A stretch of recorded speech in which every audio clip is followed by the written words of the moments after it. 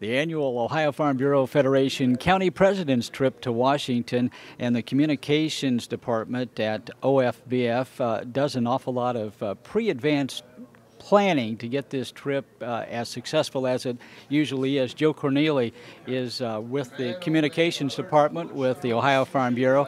Joe, why do you do this every year? Well, Gary, you're a good friend. We want you on the trip. That's part of it, you and Dan. The reason, of course, we're here with our farmers is to put a face behind the issues.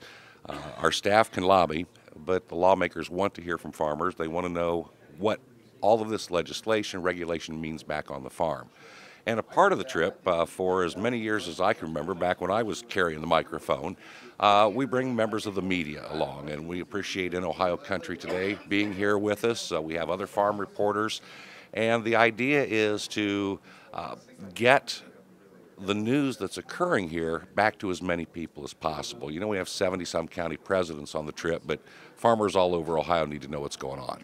You know, maybe one of the areas we don't really touch on or haven't done so in the past is the fact that these county presidents, some may be on their first trip to Washington, and they're sort of enlightened in the process, and they go back home, and I suppose that they can get their county people excited to maybe step in where they haven't done so in the past. Absolutely. Unless you've been on this trip or perhaps seen coverage of it here on the television, you don't really appreciate just how much good gets done and how much work is being done on behalf of you as a Farm Bureau member on a day-to-day basis. So, yeah, it's one of the greatest things that we found in terms of developing leaders in Ohio Farm Bureau is to have our members come participate on a trip like this, Ag Day at the Capitol, which you were at, see Farm Bureau in action.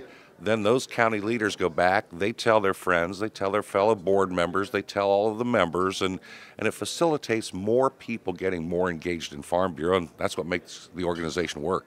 Well, on the flip side, how important is it for those congressmen and senators to see people from back home? Oh, absolutely.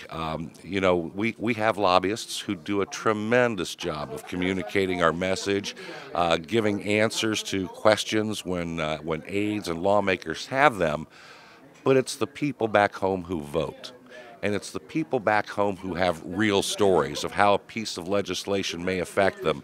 If we're talking about maintaining the estate tax exemption, it takes a farmer to explain what that means to the farm family and how if we don't do the right things in this arena, it can cost the family the farm. So it's essential that the lawmakers hear from the farmers themselves.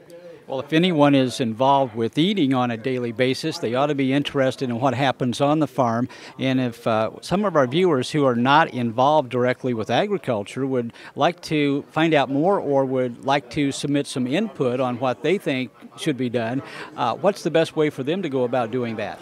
Well, we welcome anyone to the membership of Ohio Farm Bureau Federation. We have a lot of farmers, and they're the ones that direct our policy, but as you said, anyone who eats probably would benefit from a Farm Bureau membership. And so come to our website, ofbf.org.